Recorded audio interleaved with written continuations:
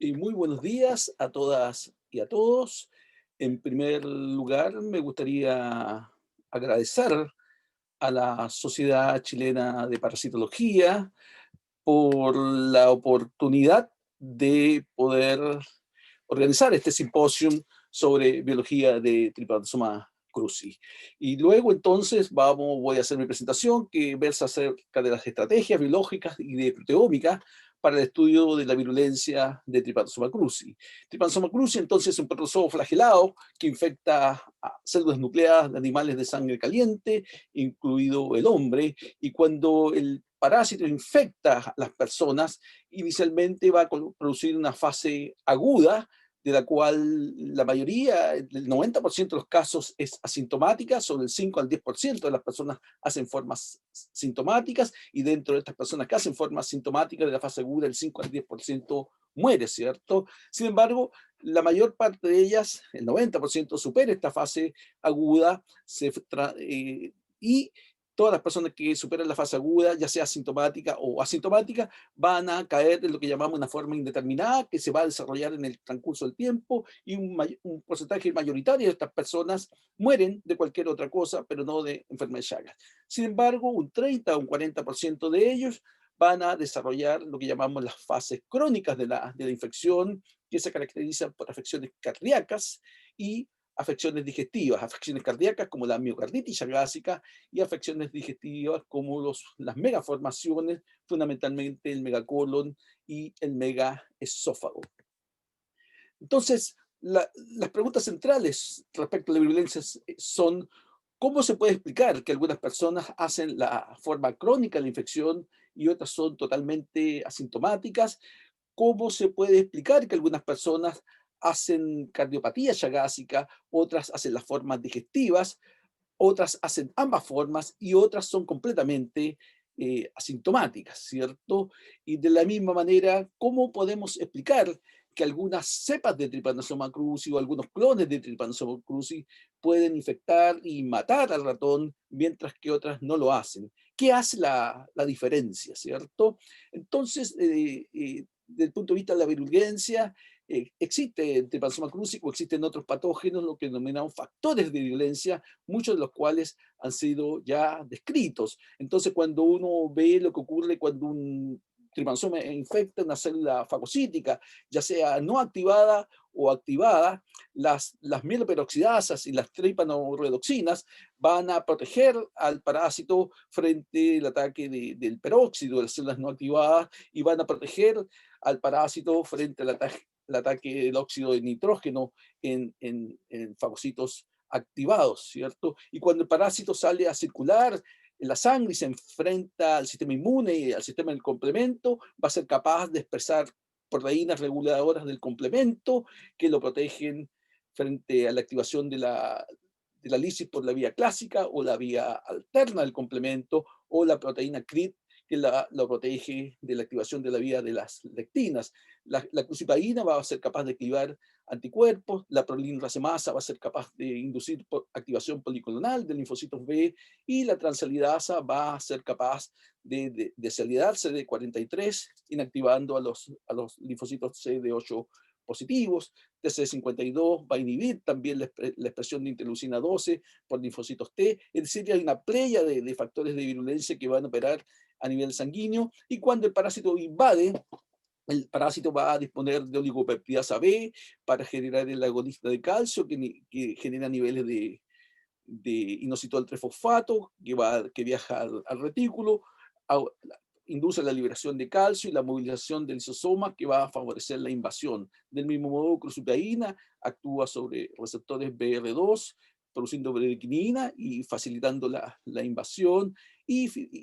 entre otras moléculas, GP85 es capaz de ligarse a abimectina, citoqueratina y laminina, promoviendo la invasión. Y cuando el parásito ingresa en el fagolisosoma, es capaz de escapar del fagolisosoma mediante la acción también de transalidasa en una primera instancia, y la producción de TC-TOX, que es una proteína formadora de poro, que permite que el parásito escape al citoplasma, y allí se diferencie de tripomastigote y namastigote, y en este ámbito se ha descrito la participación de protozomas, fosfolipasa C, y fosfatasa de proteína 2A. Y cuando el parásito se transforma en Namastigote, va a expresar proteínas más y va a proliferar, y las calpaínas parecen ser importantes dentro de esta proliferación, ya que la inhibición de las calpaínas inhibe la proliferación de Trypanosoma cruzi. Entonces, como se puede observar, hay un conjunto, un arsenal de factores de virulencia, lo que ya en un principio muestra que la virulencia puede ser un fenómeno mucho más complejo de lo que inicialmente habíamos pensado. Y esto a virulencia también podría estar asociada de alguna forma a la heterogeneidad genética del parásito, y de acuerdo a la clasificación actual se han descrito 6 unidades discretas de tipificación que se denominan desde TC1 a TC6, más una reciente unidad llamada TC-BAT, y estas unidades discretas de tipificación tienen una circulación o una dispersión geográfica que es ligeramente diferente, y aquí tenemos la dispersión de TC1, TC2, TC3 y así sucesivamente, ¿cierto? Entonces, estudiar la virulencia resulta un fenómeno bastante complejo, y una herramienta que podría ayudar a ella es este paper que publicó el doctor Chia Tung Pan, que estableció clones de Trypanosoma cruzi y los caracterizó desde el punto de vista biológico. Entonces, a partir de una cepa llamada House 510, se produjeron 3 clones llamados House H510 C8C3, C8C4 y C8C5, y uno de ellos, el C8C3, fue separado en 2 alícuotas, ¿cierto? Y una de ellas fue mantenida por pasajes de ratón en ratón durante 30 años, y otra de esas alícuotas fue mantenida en cultivo axénico, en medio cultivo axénico, durante 30 años también. Y ese tipo de manejo generó lo que llamamos una línea celular virulenta, C8C3H-vir, y una línea de celular avirulenta, C8C3L-vir. Ese proceso de mantención durante 30 años, los 25 primeros años fueron realizados por el profesor Aníbal Seidelberg de la Universidad de La Plata, y los años siguientes han sido hechos en mi laboratorio por mí fundamentalmente, ¿cierto? Y entonces eso es una excelente herramienta para poder estudiar la virulencia de Trypanosoma cruzi, 2 líneas celulares que presentan comportamiento aparentemente polar, ¿cierto? Y por eso nos propusimos en un primer momento estudiar la expresión de algunas proteínas que han sido consideradas como factores de virulencia, crucipaína, proteína regular complemento, GP85, transelidasa, en estas líneas celulares virulentas y avirulentas. Entonces, en esa perspectiva, inicialmente estas células fueron tipificadas en el laboratorio de la profesora Marta Techera de la Universidad de San Paulo, donde se estudiaron los espacios intergénicos de los minexones, la secuencia B7, B8, y la conclusión de la profesora Techera fue que esta es una TC1A, tanto la línea celular virulenta como la virulenta son TC1A, y presentan en las secuencias que fueron estudiadas un 99% de identidad, lo cual permite sugerir que pueden tener un origen genético común y que realmente derivan de un único clon. Entonces, realizamos ensayos in vivo en que infectamos ratones BALB-C y estudiamos las curvas de parasitemia. Y aquí estamos viendo lo que ocurre cuando se infectan ratones BALB-C con la línea celular virulenta, desarrollan una alta parasitemia y con un pic en el día alrededor del día 23, y los ratones, un porcentaje significativo de esos ratones muere. En tanto que cuando se infectan ratones BALB-C con la línea celular avirulenta, la parasitemia es subpatente, encontramos uno que otro parásito en sangre, muy pocos, y como ustedes pueden ver, nunca hay parasitemias elevadas. Lo mismo, algo semejante ocurre cuando infectamos cultivos celulares, ya sean células Vero o cardiomiocitos de ratones neonatales. La línea virulenta infecta 3 a 5 veces más que la línea A virulenta. Y cuando estudiamos mediante PCR estos cultivos infectados, vemos lo mismo, hay mucho más DNA, mucha más carga parasitaria en las células infectadas con la línea celular virulenta que con la virulenta, y lo mismo ocurre en ratones infectados con estas dos líneas. Y para profundizar el conocimiento de lo que pasa en ratón, hicimos un experimento en que infectamos ratones, dos grupos,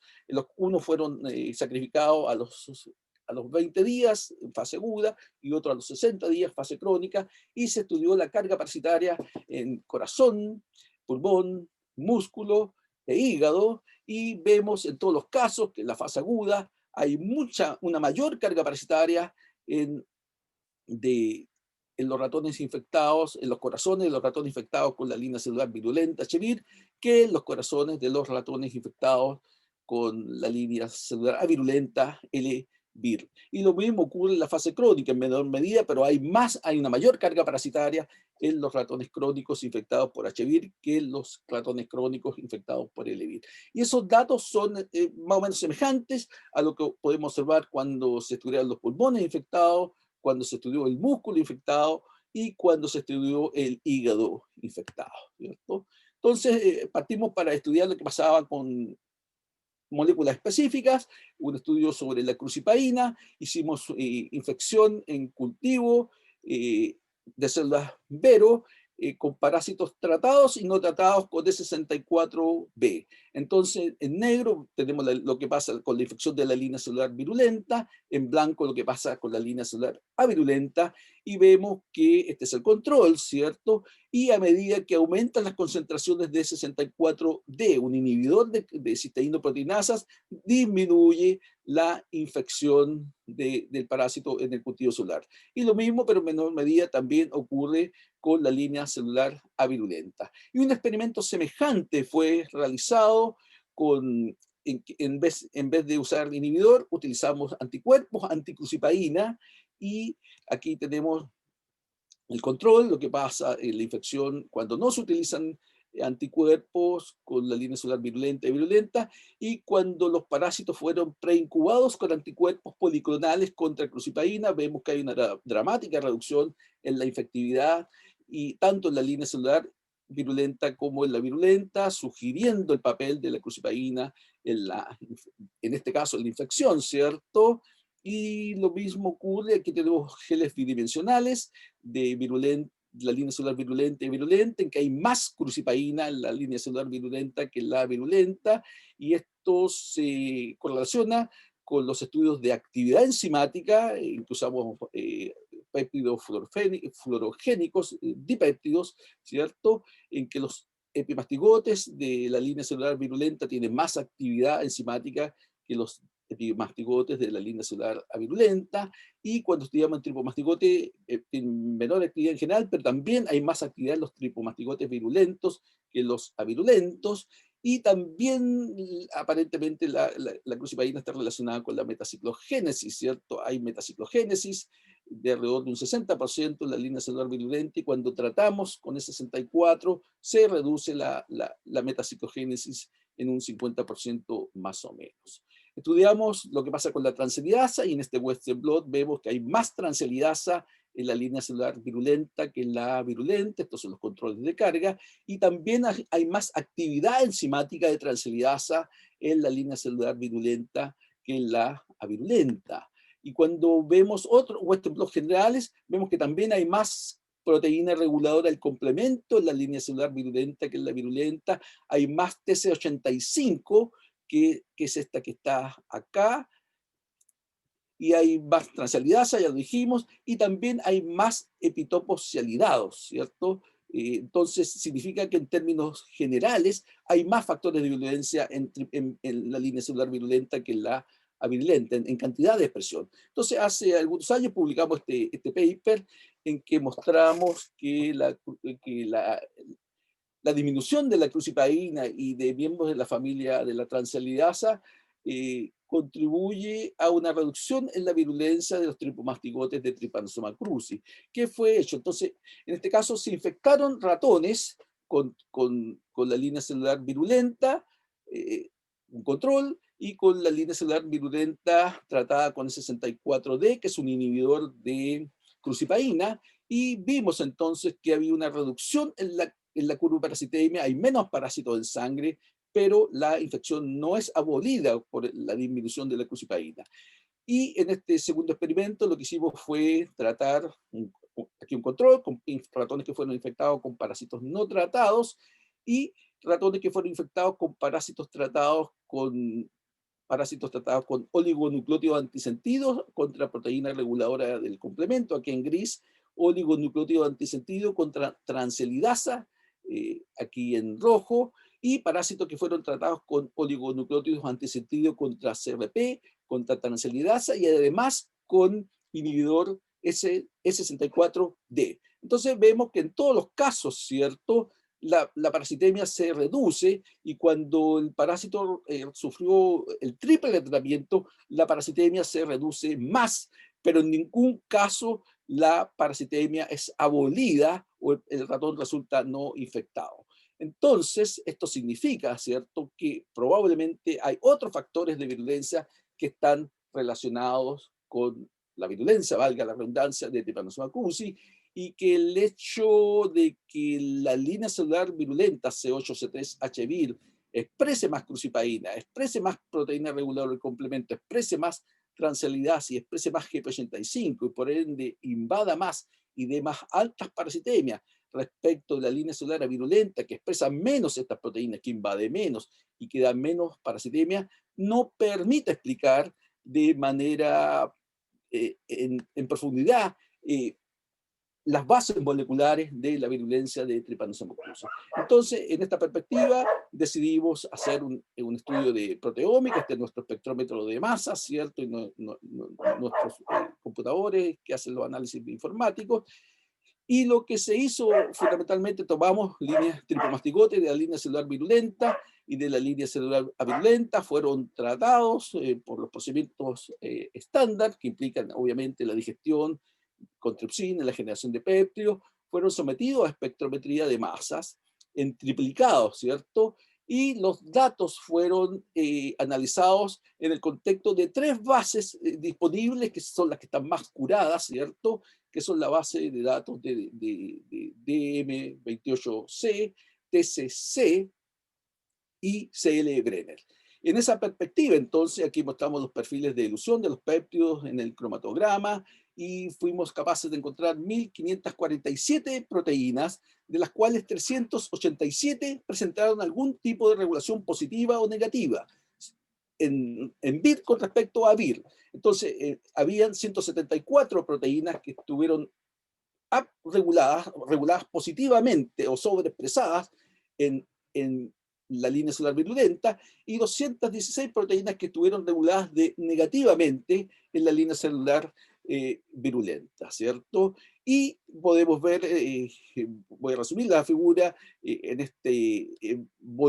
figura que se llama volcán, vemos aquí en gris todas las proteínas que no sufren ningún tipo de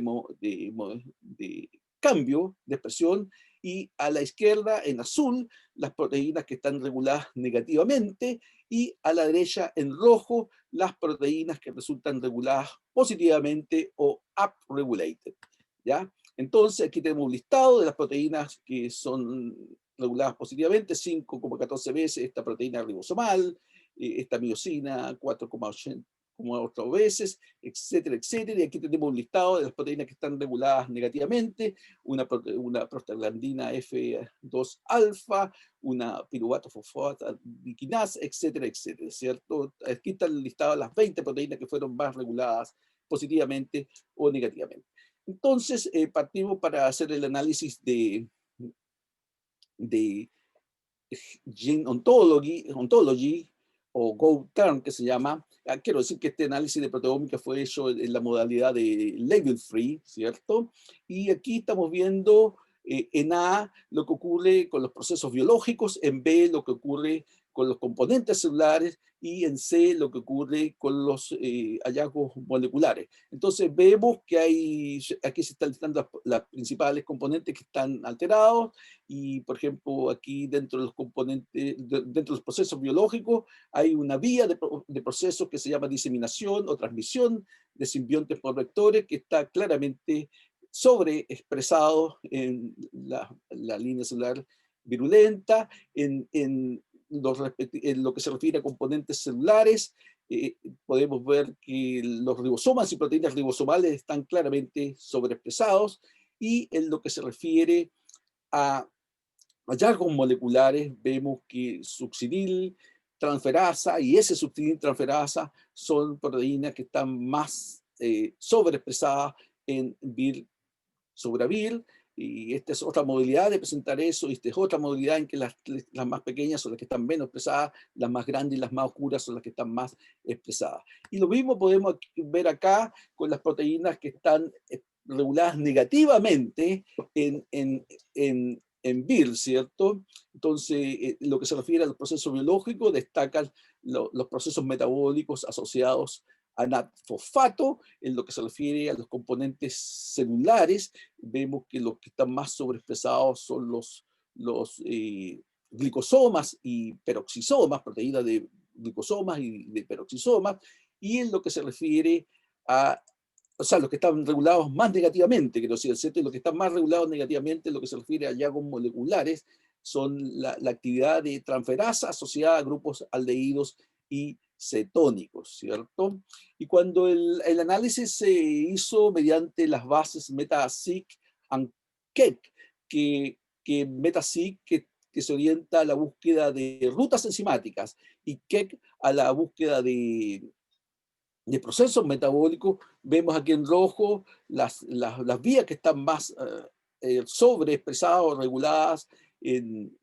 las formas virulentas, que son la degradación de timidina, por ejemplo, la respiración aeróbica o alternativa, el ciclo de los ácidos tricarboxílicos, ¿cierto? Y dentro de las proteínas que están reguladas negativamente en las formas virulentas, podemos ver la degradación del etanol, por ejemplo, la degradación de lisina, entre otras, ¿cierto? Entonces, podemos concluir que C8-C3-Vir infecta más células no fagocíticas, que su invasión es inhibida por anticuerpos anticrucipaína o inhibidores de cisteínoproteinasas. C8-C3-Vir expresa de mayor manera factores de virulencia que han sido clásicamente descritos en la literatura. C8-C3-H-Vir, que la disminución de factores de virulencia como transalidasa, crucipaína o proteína reguladora del complemento, cuando estas proteínas son inhibidas, se reduce la virulencia de cruci, expresada por una disminución en las curvas de parasitemia, pero las parasitemias continúan siendo grandes, por lo tanto significa que la virulencia no es significativamente atenuada, ¿cierto? No es bloqueada. Y esto significa entonces que un estudio de proteómica permite auscultar la existencia de proteínas y vías metabólicas que están sobrereguladas en HC8C3H-Vir comparado con C8C3L-Vir. Y esto se puede resumir en esta diapositiva que estamos viendo acá, en que en H-Vir tenemos estos procesos que están sobreregulados, tanto en los procesos biológicos, los componentes celulares, como en los hallazgos moleculares, diseminación y de la transmisión de simbiontes del huésped al vector, ribosomas, las actividades de succinil transferasa, ¿cierto?, que están sobreexpresadas en